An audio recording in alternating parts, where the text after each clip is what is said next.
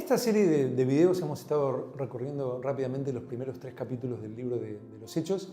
Y lo primero que vimos fue la separación de Jesús con sus discípulos. Y quisiera concluir con algo más al respecto. Es impresionante de ver en los primeros 11 versículos esta separación. Jesús está a punto de ascender vivo a los cielos y los deja en medio de un mundo de oscuridad. Israel atravesaba una era de más de 400 años de gigantesca aflicción. No solo sufrieron todo tipo de sequías, desastres en sus cosechas, hambre, sino que sufrieron matanzas, guerras, dominio por parte de diferentes pueblos, esclavitud y abuso en manos de gobernantes propios y extranjeros corruptos y despiadados en extremo. Y la gente a la que tendría que enfrentar esta iglesia naciente era la misma que pocos días antes había pedido a gritos a los gobernantes romanos que crucifiquen a Jesús. Por otro lado, si miraban a las naciones paganas, la depravación, oscuridad, corrupción, injusticia, odio y muerte eran brutales. Los gobernantes mataban a sus propias familias luchando por el poder. El asesinato de bebés por parte de personas que no querían tener más hijos o por notar alguna enfermedad en ellos era muy común. Las relaciones sexuales con prostitutas eran parte del culto a los dioses. La injusticia social y económica hundía a la mayoría de la sociedad, mientras se la distraía con juegos públicos tan bestiales que en las instalaciones se incluía lo que se llamaba vomitorium, para cuando las personas se descomponían por lo que presenciaban.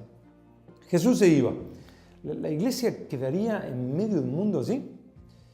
Pensémoslo por un momento. ¿Qué podían hacer estos pocos discípulos sin educación formal, sin contactos políticos en Roma, rechazados y despreciados por el liderazgo judío, sin dinero, sin edificios para reunirse, sin experiencia ministerial y con apenas 3 años de seguir a Jesús? ¿Qué podían hacer? Como escribió John MacArthur, para esta tarea Jesús dejó a un lado a Herodoto, el historiador, dejó a un lado a Sócrates, el gran pensador, dejó a un lado al padre de la medicina, Hipócrates, dejó a un lado a Platón, el filósofo, a Aristóteles, el sabio, a Euclides, el matemático, a Arquímedes, el padre de la mecánica, a Hiparco, el astrónomo, a Cicerón, el orador, y a Virgilio, el poeta. Jesús no prestó atención a ninguno de ellos, a ninguna de estas personas, ni tuvo en cuenta el poder político de Roma o la influencia de los líderes de Jerusalén para enfrentar a un mundo de semejante oscuridad. Él llamó a unos cuantos don nadie y les encomendó la tarea. ¿Por qué lo hizo así? Jesús, al ver cómo sus discípulos habían predicado llenos de poder el Evangelio, según Lucas 10:21, regocijándose en el Espíritu, dijo: «Yo te alabo, oh Padre, Señor del cielo y de la tierra, porque escondiste estas cosas de los sabios y entendidos y las has revelado a los niños. Sí, Padre, porque así te agradó». Este es el deleite de Dios, su satisfacción, su eudoquía. Así te agradó. ¿Cuál es su deleite? Mostrar su gloria, desechando a los 32.000 soldados de Gedeón para vencer con apenas 300. Darle fuerza imparable a un jovencito frente a un gigante. Glorificarse a través de los más pequeños. Por esto afirma 1 Corintios 1, del 27 al 31, lo necio del mundo escogió Dios, y lo débil del mundo escogió Dios, lo vil del mundo y lo menospreciado escogió Dios, y lo que no es, a fin de que nadie se jacte en su presencia. El que se gloría, gloríese en el Señor.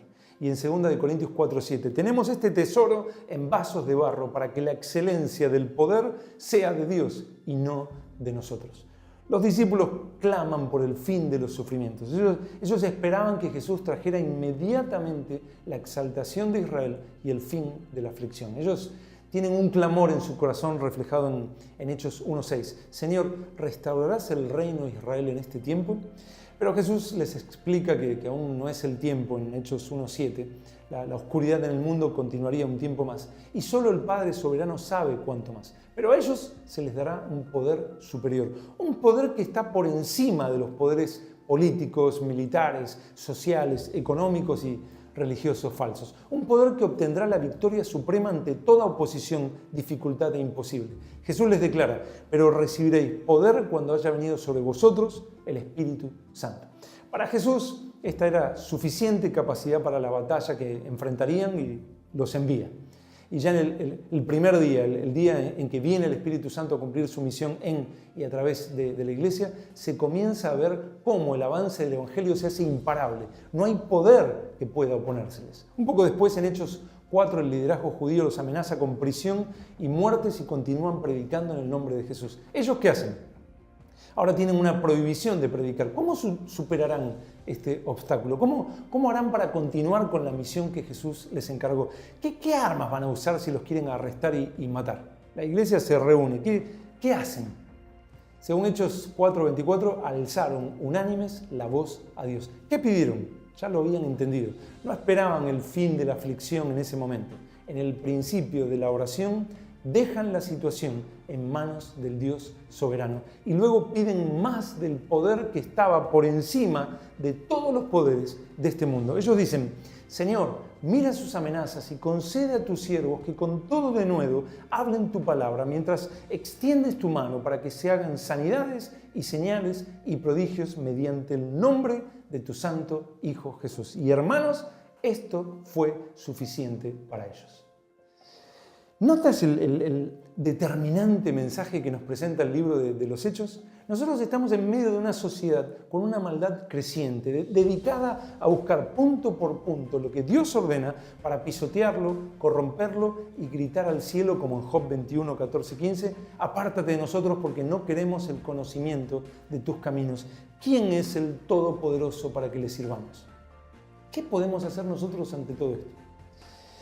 Hudson Taylor, misionero en China en épocas de mucha persecución, escribió: es cierto que nuestros obstáculos y nuestros adversarios son muchos y poderosos, pero nuestro Dios es el Dios vivo y todopoderoso. En vano tratarás de encontrar en las Escrituras alguna ocasión en que Dios ordene intentar hacer algo. Los mandamientos de Dios siempre son: haz esto o haz aquello.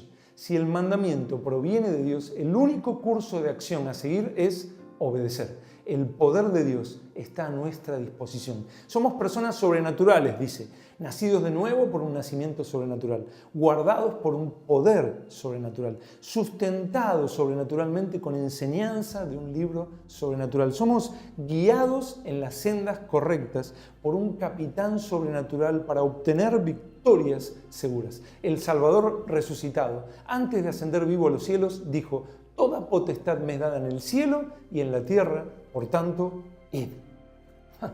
Necesitamos dejar de quejarnos por la sociedad en la que nos dejó el Señor hasta su segunda venida. El Padre soberano sabe el tiempo perfecto para terminar con toda esta aflicción. Mientras tanto, el plan, según Filipenses 2:15, es que resplandezcamos como luminares en medio de una generación maligna y perversa. Dejemos de quejarnos porque las tinieblas están en tinieblas y nosotros, llenos de aquel poder superior, seamos luz. Dejemos de quejarnos de la tibieza de otros y de la falta de compromiso de otros y usemos ese tiempo como aquellos en Hechos 4 para clamar a Dios juntos, que Él renueve en nosotros ese poder que hace a la iglesia invencible e imparable. Jesús dijo que se iría, pero agregó: no os dejaré huérfanos.